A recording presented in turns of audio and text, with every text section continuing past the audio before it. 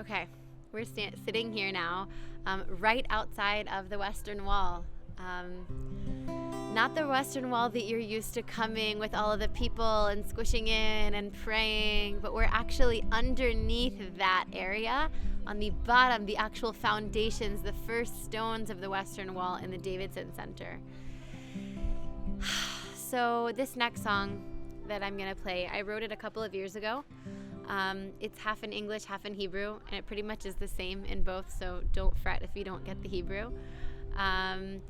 I wrote it a couple years ago when there were stabbings pretty much every day in Jerusalem. It was a really, really, really hard time for the country, for the people. And I remember going to the Western Wall because I'm a tour guide, I'm here quite a bit. And I kind of squished in and I really just watched the people praying. There were women crying their eyes out and shaking, and there were people, and you could tell that they were happy and they were joyous and they were thankful, and there were people that were just kind of there looking around just like me. And I thought for a second, wow, if these stones could speak, how unbelievable, how much have they heard, how much pain, how much love and gratitude, and how much hope, how many things have they seen, the thousands of years that they've stood here, and the hundreds of thousands of people that come here to pour out their hearts in joy and in sadness, and the destruction and the rebuilding and the destruction and the disconnection and the love. And I thought for a second about Tehillim. David HaMelech writes in Tehillim, Sha'alu Shlom Yerushalayim. We should ask for the peace on Jerusalem, but it's like almost like a demand, like we have to ask Jerusalem, ask her for peace.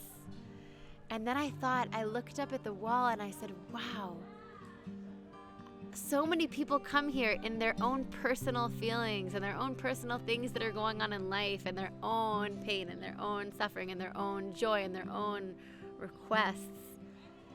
And I wonder how many people ask her how she's doing, ask her how she feels.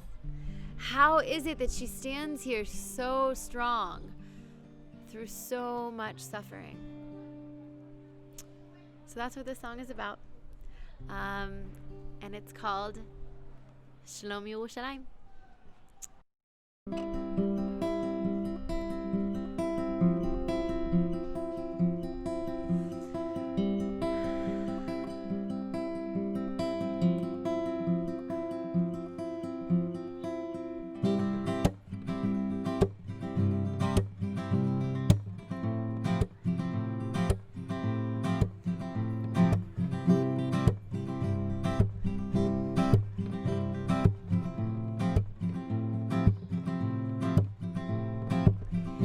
How do you do it?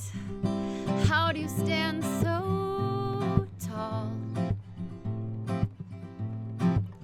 Your beauty shines bright as a diamond, although you're being trampled on. Yet you absorb it, all the tears and the questions pouring in unanswered. Do they ask you how you've been? Shalom, Shlom Yerushalayim.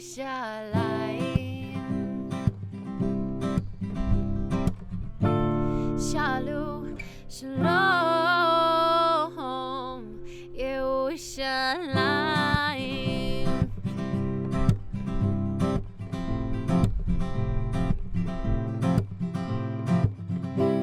איך את עושה את זה? איך את עומדת חזקה, טהורה, זקופה ומאירה,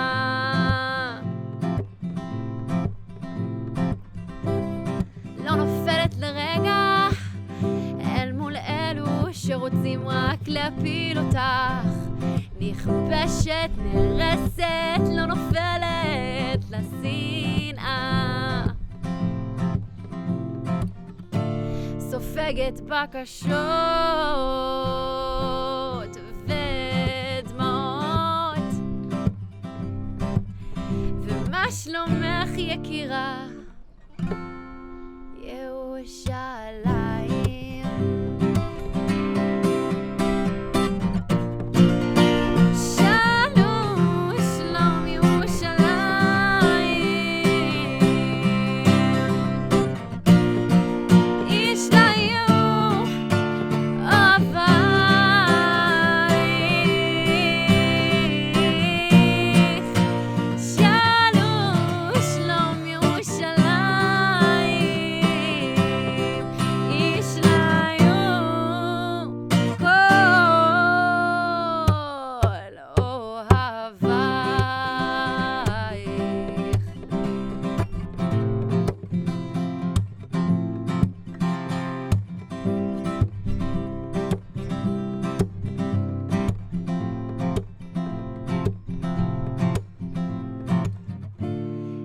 שלום בחילך ירושלים, שלווה בארמונותייך,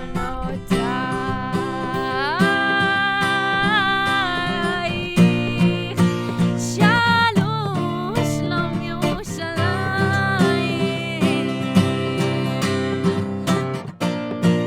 יש לה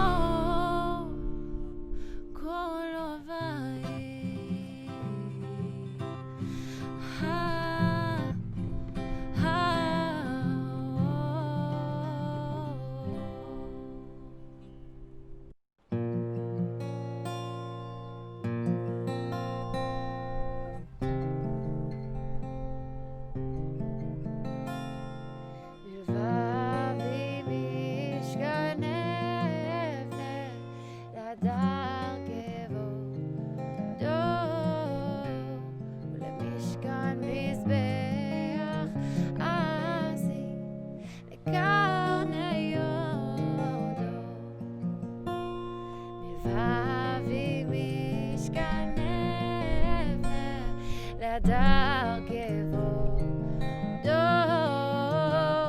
ולמשכן מזבח אשים לקרני יודו ולנר תמיד אקח לי את השקדה ולקורבן אקריב לו את נפשי, את נפשי היחידה ולנר תמיד אקח לי את השקדה ולקורבן אקריב לו את נפשי, את נפשי היחידה.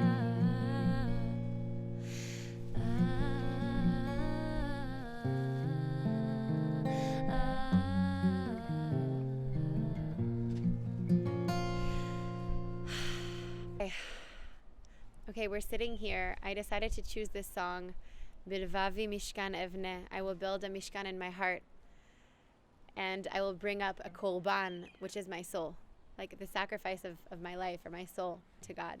And I'm sitting here on these stones. These stones were stones that were part of the external wall of the Bet HaMikdash, and they were pushed down 2,000 years ago when Jerusalem was destroyed.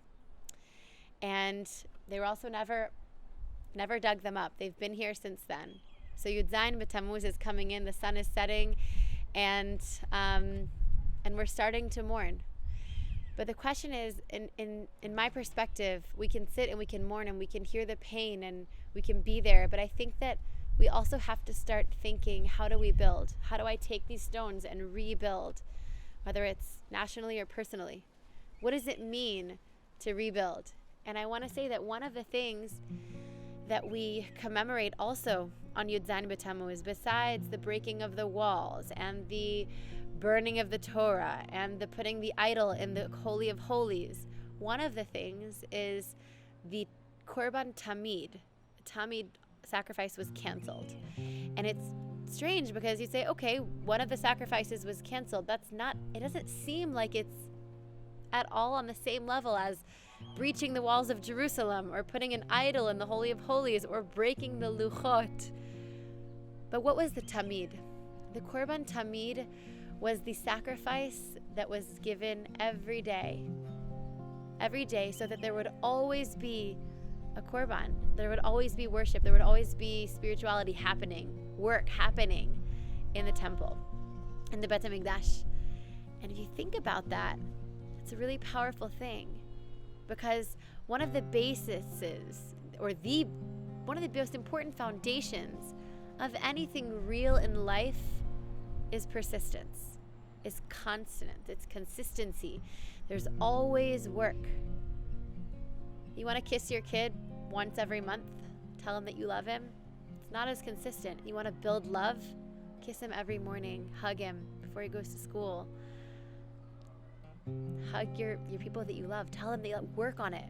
It's work that has to happen every single day. You want to become stronger? You have to work every single day. If there is no consistency, then there's no way to build anything. So when the Tamid was canceled, that means that there's not consistency in building the relationship between the nation and God. And if we take that to our own lives, where is our fire? This song, I will build a mishkan in my heart and who I am. What is my work that I have to do every day? Where am I consistently being me and consistently working and giving my light? Am I consistent? Shechina is not something that happens automatically. The divine presence doesn't just happen. It's something that we have to work for. Happiness, love, doesn't just happen. We have to work for it.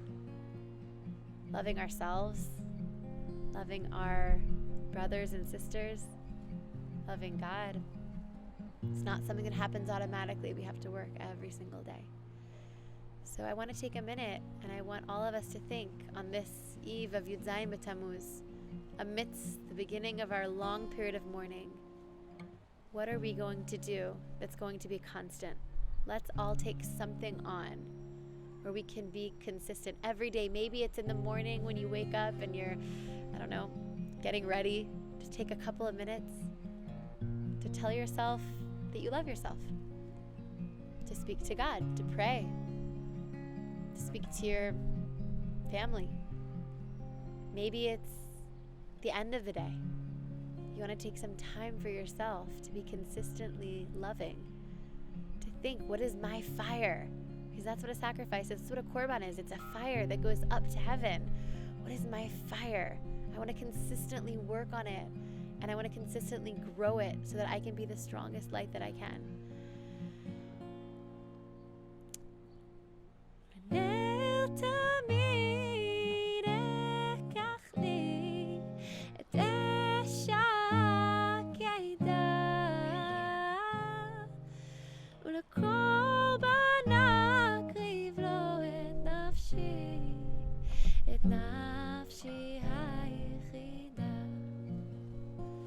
To end our journey together, we're going to now say Tehillim in a very unique way on this very special app.